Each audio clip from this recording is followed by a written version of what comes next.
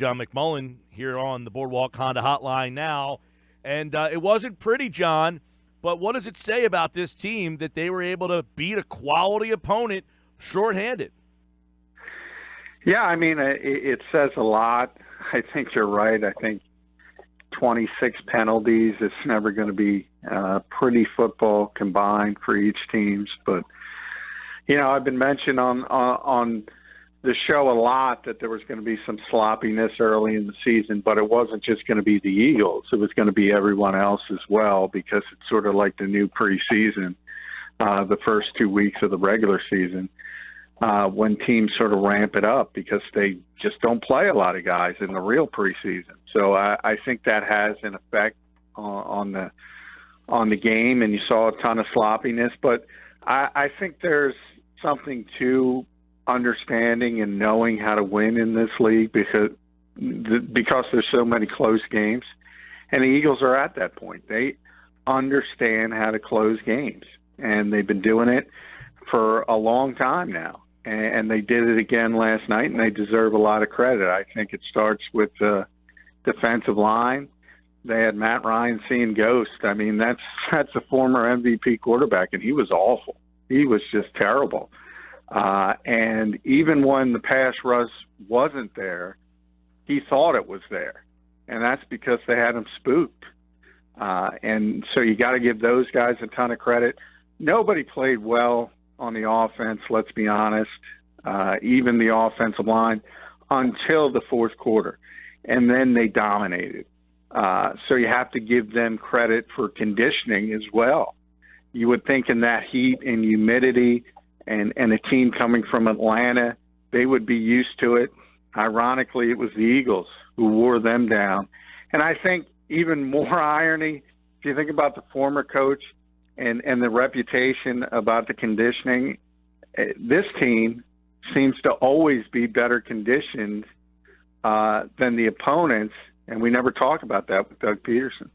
Yeah, you know, Peterson obviously is a guy that is becoming more beloved, and we talked about this before, John, before you jumped on, maybe the most beloved coach in the history of the city, and he's only been here for 2 full seasons in 1 game, but just always his demeanor, very calm, very confident in his calls. He seems to pull out the right Not always. Not always, all right. But the challenge was a pretty poor decision in that spot. And, no, I mean, during the game, as a play caller, he's generally very calm, very confident. I just meant his press conference. Right. Occasionally, he'll get a little testy. But hey, yeah, you got to give him a ton of credit. I mean, that offense was not performing well. They have a lot of issues. Alshon Jeffrey not there. Mac Hollins now on injury reserve. DeAndre Carter's out there a ton. I mean, DeAndre's a great story, but he's not a guy you want out there for 53 plays like he was. So Zach Ertz, I think, had one of his worst games as a professional. He kind of admitted that after the game. So the offense continued to struggle. They needed something, and he pulled it out in the third quarter with the Philly special sequel, Philly. And that not only got the building excited, because you talk about beloved coach, these fans are fickle. A lot of them were booing at halftime. That's how ugly and bad that game was. And that got the building ignited again. Yeah, and, you know, the Philly play is a big play in the game because it came right after that 52-yard pass that kind of got turned around, which – you know, if you were watching the game on television, McCauley, who's new at that job, but he thought that the officials on the field got it wrong. I don't know if he's going to turn into Mike Carey or not, but he didn't agree with the officials all night last night. But that play right there turns the game around, I think, because that play gets negated, and then, boom, the Eagles get the ball back after the intentional grounding, and then they run the Philly play. Yeah, I mean, I think the Eagles got a break. I thought it was catch as well, but I think the league is going in a different direction this year. And I think they're gonna stick with the call on the field unless it's 100%. I think that's what they should do. In other words, if they called it a catch on the field, I also think it would have stood. And they're not going to overturn things as easily this year And so that's why I think they stuck with it. And I think you're going to see that moving forward. And overall, I think that's a good change for the NFL. But as I said, it was a break because I think if they did call it a reception on the field, it probably stands. Eagles got a break, and they took advantage of it. John, I want your thoughts on the secondary and specifically their game plan going into the game against Julio Jones, because they mentioned it post-game on NBC Philly. They were playing 8 to 12 yards off of him the entire game. And now I guess you can say it worked. They just let him get those under routes, let him have a couple big plays, but 170 yards. The next game's against Mike Evans. I mean, are you okay with that game plan to just play off him, or is that a concern with the personnel, or just a credit to Julio Jones? No, that's Julio Jones. I said it during the show last week. He's going to get his. Yeah, could have been 220 if that catch stood. He's that good, and you use Mike Evans, who's a heck of a receiver. He's not Julio Jones. Right. There's only one guy probably on the planet, and that's Antonio Brown. And even that, Julio's a lot different because he's so big and he's so strong. And he's like the 40-point scorer. He's going to get his. But bottom line, and Jim Schwartz will say this when he talks on, I think he's talking Tuesday next week, hey, it's about winning on the scoreboard. Yeah. Eagles gave up 12 points. So they don't care if Julio got 170.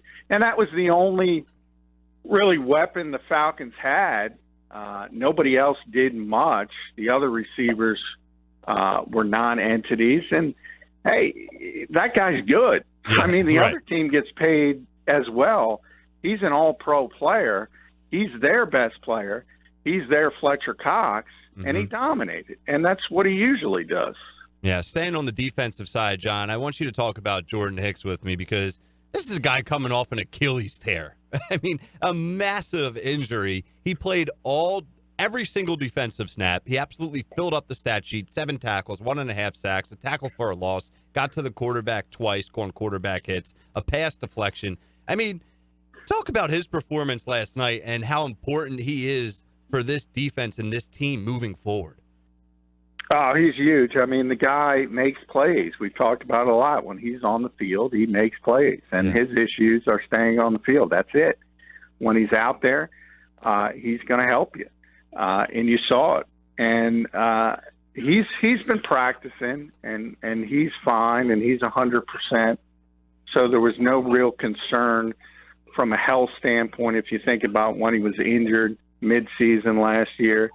And he hit the ground running, and that's a big get. It's only going to get better from here now that Nigel Bradham is back, because that's going to be big for the Eagles as well. Here's a question for you. Both you guys can try to answer this. Uh-oh. Who's the better chip pick?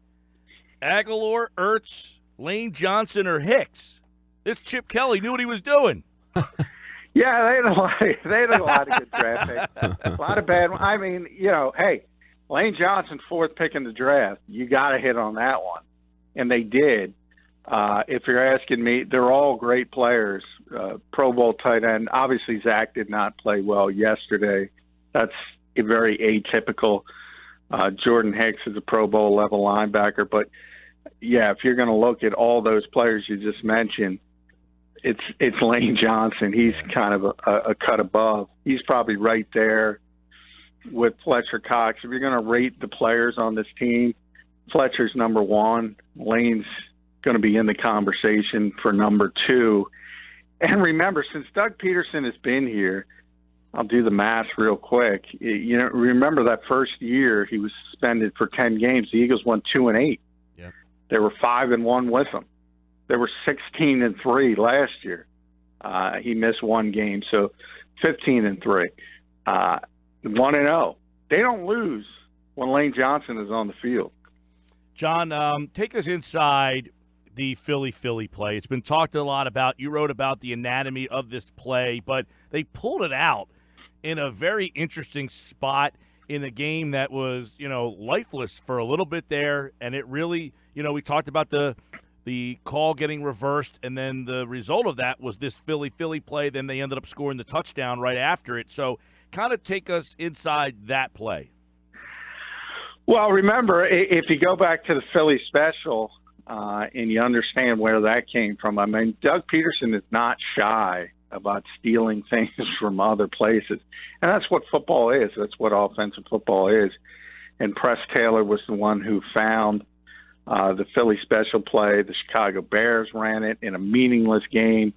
And he was given sort of that project to look for trick plays that maybe could be in the offense. And this time it was the Eagles were watching the Patriots in the Super Bowl. That was the Tom Brady play that they used that should have worked.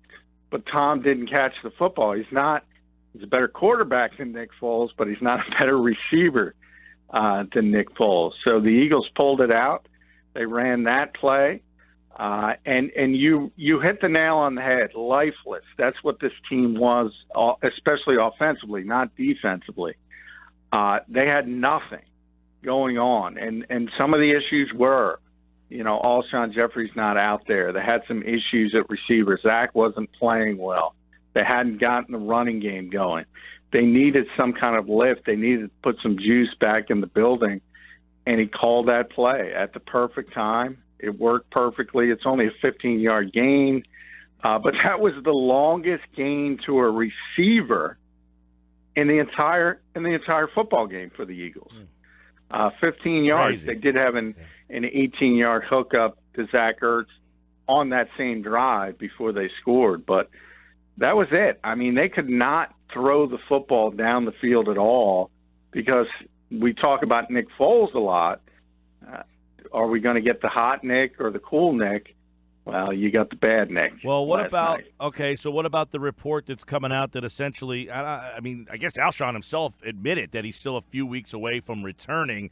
As teams watch you on tape, they're going to try to do more things, and I wonder if teams are going to completely say, Nick Foles, you got to try to beat us. I mean, and yeah, they are. Do they have the personnel? Do they have the receivers to kind of – or was it Nick that just was missing, or did they have to see Wallace was open, he missed, he underthrew him. So do they have the weapons to kind of get through this? Yeah, I don't think they do. You're right. I mean, there were plays. He did have Mike Wallace deep, and if he's having a better game, it can be better than that. But I think until Carson gets back, it's going to be a struggle from week to week offensively. And you're going to have to go about it different ways. You want him to play better. He's got to play better, and you can improve from that standpoint. Zach Ertz is going to play better. There's no question about that. He's not going to drop footballs like he did. Maybe Nick hits Mike Wallace, and you have a big play that way. So there's room for improvement. But look, when you're throwing out 11 personnel, and I wrote about this on the site, and you're asking 3 receivers to go out there, and one of them's DeAndre Carter, the other's Mike Wallace and Nelson Aguilar, who had a ton of traffic but no yards. He's proven time and time again 2 things. He's a great slot receiver, and he's a below-average outside-the-numbers receiver. And without Jeffrey, they're putting him outside the numbers too much. That negates his effectiveness. So I talked about the domino effect of losing Alshon Jeffrey. It's not just about losing him as a player. Then everything there's all these moving parts that make Nelson Aguilar worse, that make Mike Wallace worse. And it's going to be an issue until he's back. And then when Carson Wentz gets back, then you can see things ramp up. But I think for this offense as a whole, it's going to be a struggle from week to week until then. So sticking with the offense and how Peterson called the game, I was getting text messages last night of people asking me, where's Ajayi in the first half? And so I want your thoughts on, he had the 2 touchdowns. He ran well late, but was that part of the game plan? Let's just go heavy Sproles early and then they made an adjustment? Or is that just the running back by committee? We're just going to see different running backs at different times of each game. Yeah, it is the committee approach. Doug talked about that today. He said it was a feel. It wasn't necessarily game plan. I've talked a lot about how he trusts Darren Sproles, and he's going to default to him in the key situation. Remember that big third down Darren picked up that on the game-winning drive. That was a huge play in the game. So he's going to be a big part of it.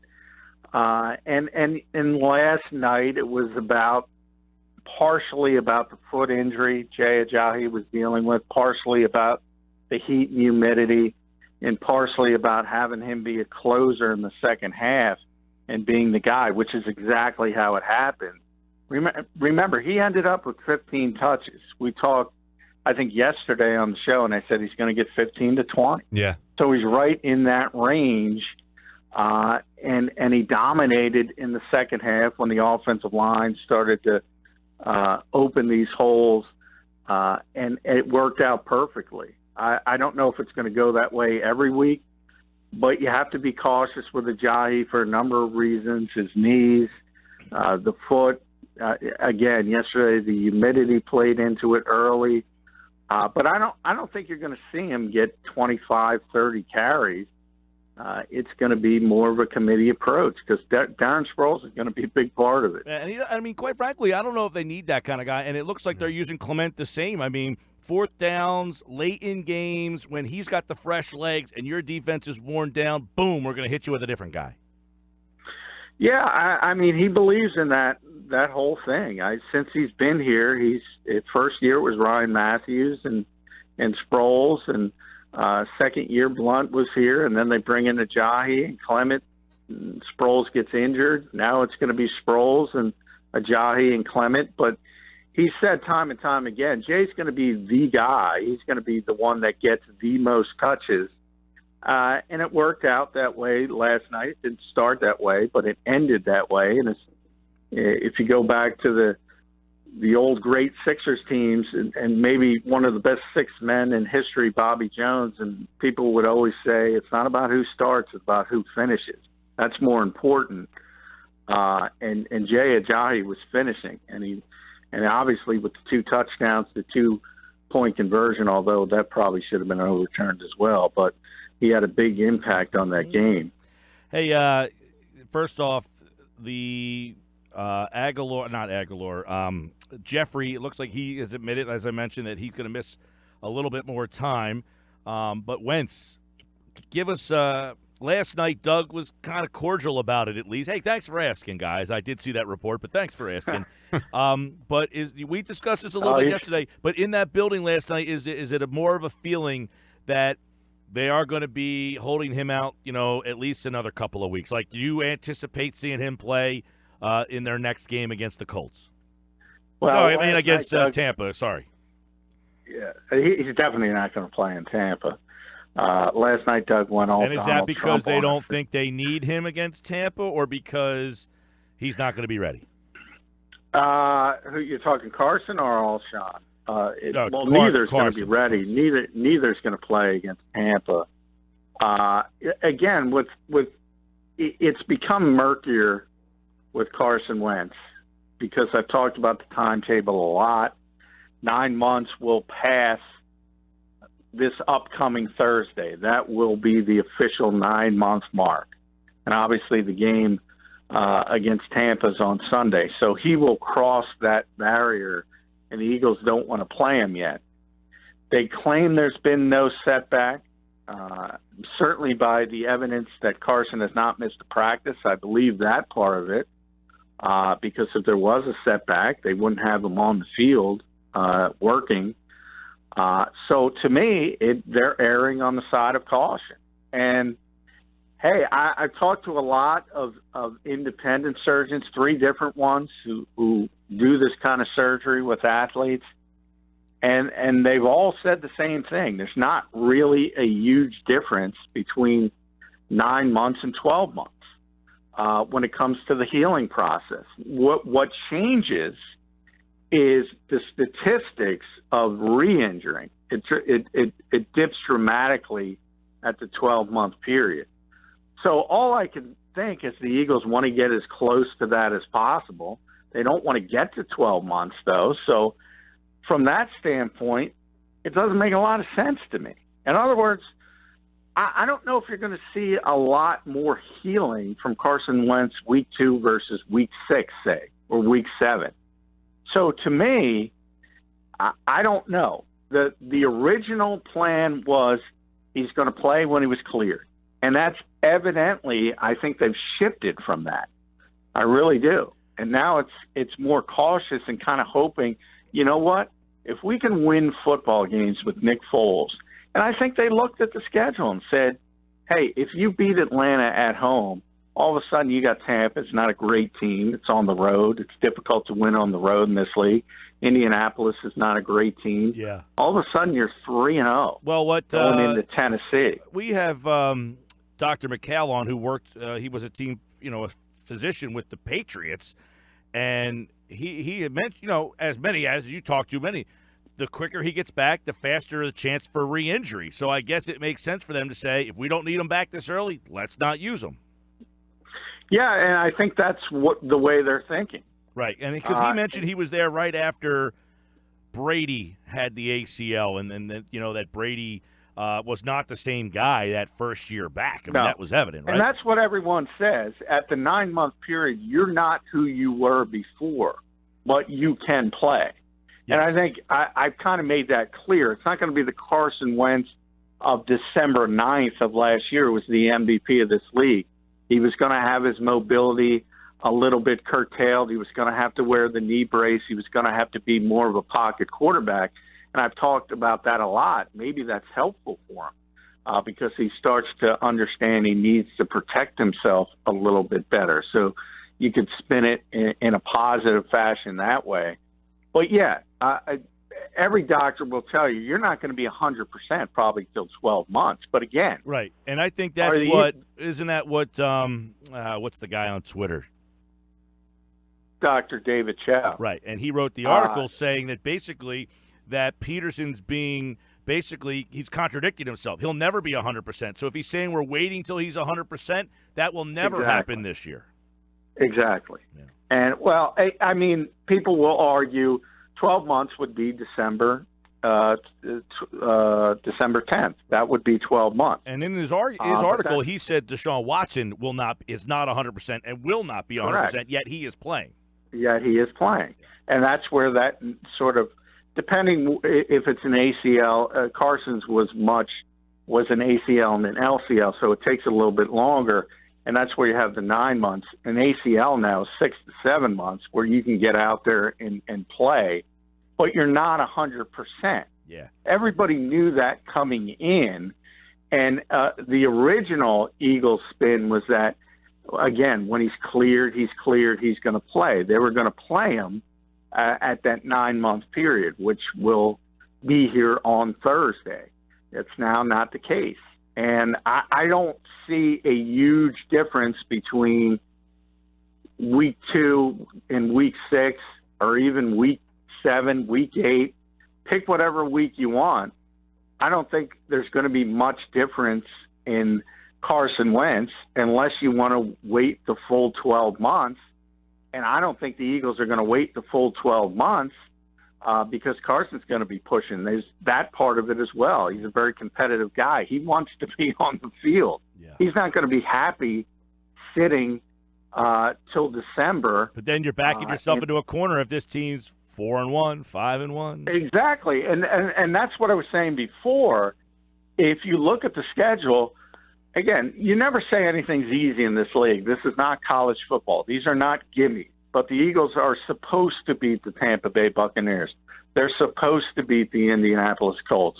Even on the road against the Tennessee Titans, you can argue they're supposed to beat that team.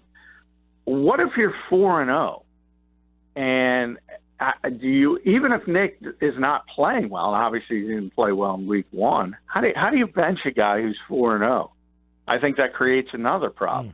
Unbelievable. And somebody brought up to me the other day about, Bledsoe was the starter and Brady took over, and then Brady never lost his job.